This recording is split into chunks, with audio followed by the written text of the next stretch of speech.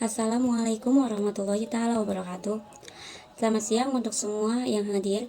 Yang terhormat kepada Ibu Ratu Ayu Primi Putri Rahmania Serjat Madja MM sebagai dosen pada mata kuliah ini, dan juga teman-teman mahasiswa semua. Semoga siang ini semua diberikan kesehatan agar presentasi ini dapat berjalan lancar sampai selesai nanti. Topik yang akan kita bahas hari ini sesuai dengan tugas diberikan oleh dosen kita, yaitu macam-macam teori motivasi dan contohnya. Saya, Intan Fadilah, selaku moderator yang bertugas akan memandu jalannya diskusi ini. Yang pertama, pentingnya memahami motivasi. Pemahaman teori motivasi penting bagi pendidikan untuk menciptakan lingkungan pembelajaran yang efektif. Yang selanjutnya, dorongan internal dan eksternal, yang dimana motivasi merupakan dorongan baik internal maupun eksternal yang mendorong individu mencapai tujuan. Yang ketiga, peran motivasi dalam pembelajaran. Motivasi meningkatkan aktivitas belajar dan berdampak positif pada efektivitas pembelajaran. Yang keempat, aktualisasi motivasi, yang dimana motivasi muncul dari interaksi antara motif dan kebutuhan individu. Baik, selanjutnya yang akan disampaikan oleh Syakila. Oke, baik, saya Sakila Zikriana. Di sini saya akan sedikit memaparkan tentang pengertian motivasi. Apa sih yang disebut dengan motivasi? Jadi motivasi berasal dari kata lain yaitu motif, yang berarti dorongan atau bahasa Inggrisnya to move. Motif ini dapat diartikan sebagai kekuatan yang terdapat dalam diri organisme yang mendorong untuk berbuat atau driving force. Nah, motif ini tidak berdiri sendiri, tetapi saling berkaitan dengan faktor-faktor lain, baik faktor eksternal maupun faktor internal. Nah, hal-hal yang mempengaruhi motif disebut motivasi. Michael J. Jussius menyebutkan motivasi sebagai kegiatan memberikan dorongan kepada seseorang atau diri sendiri untuk mengambil suatu tindakan yang dikehendaki. Nah, motivasi ini adalah gejala psikologis dalam bentuk dorongan yang timbul pada diri sendiri, seseorang secara sadar untuk melakukan suatu tindakan dengan tujuan tertentu. Motivasi juga bisa dalam bentuk usaha-usaha yang dapat menyebabkan seseorang atau kelompok orang tergerak melakukan sesuatu karena ingin mencapai tujuan yang dikehendakinya atau mendapat kepuasan dengan perbuatannya. Nah, motivasi ini juga mempunyai peran strategis dalam aktivitas belajar seseorang. Tidak ada seorang pun yang belajar tanpa motivasi. Tidak ada motivasi berarti tidak ada kegiatan belajar. Agar peranan motivasi lebih optimal, maka prinsip-prinsip motivasi dalam belajar tidak hanya diketahui, tetapi juga harus diterangkan dalam aktivitas sehari-hari. Nah, untuk yang selanjutnya juga ada fungsi motivasi. Apa saja sih fungsi-fungsi motivasi tersebut? Yang pertama yaitu mendorong timbulnya kelakuan atau suatu perbuatan.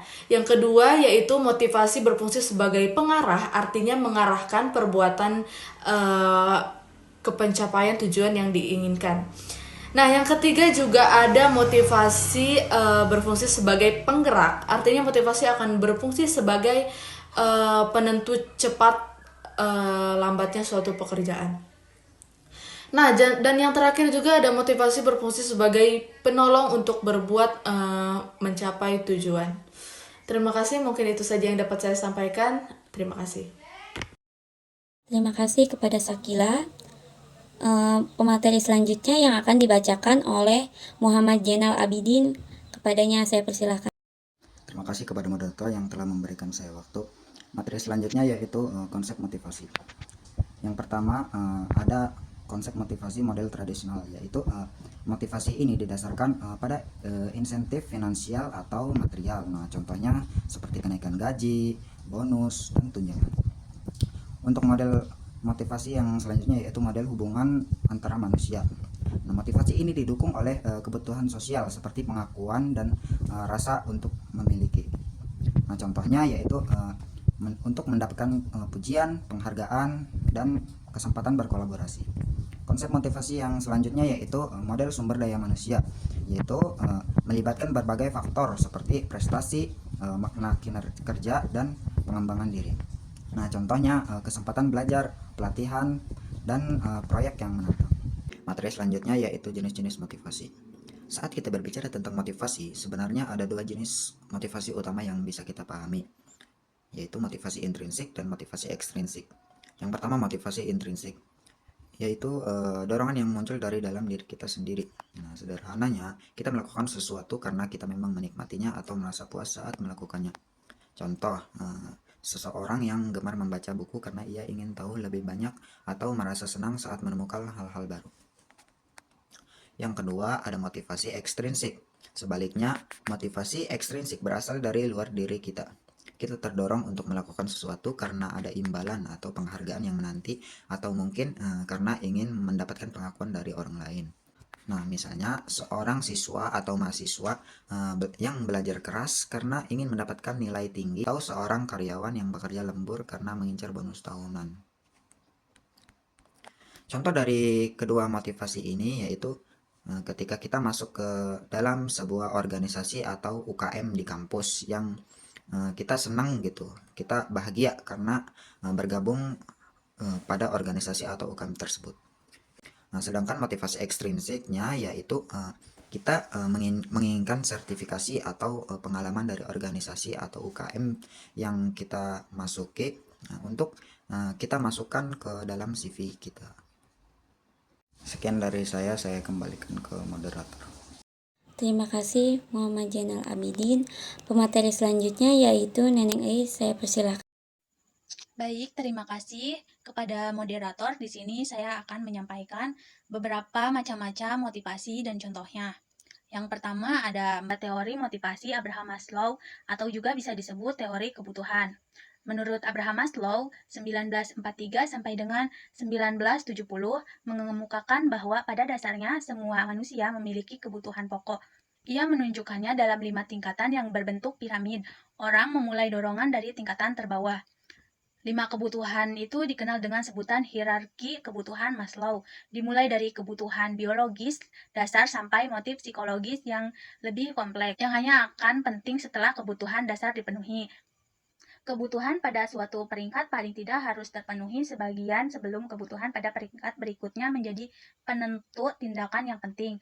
Yang pertama, misalnya kebutuhan fisiologis atau juga rasa lapar, rasa haus, dan sebagainya. Kedua ada kebutuhan rasa aman, misalnya merasa aman dan terlindung jauh dari bahaya. Lalu ada kebutuhan akan rasa cinta dan rasa memiliki.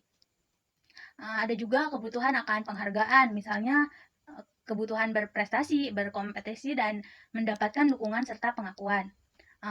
Selanjutnya ada teori motivasi Herbert, yaitu teori 2 faktor. Menurut Herbert, 1966, ada 2 jenis faktor yang mendorong seseorang untuk berusaha mencapai kepuasan dan menjauhkan diri dari ketidakpuasan.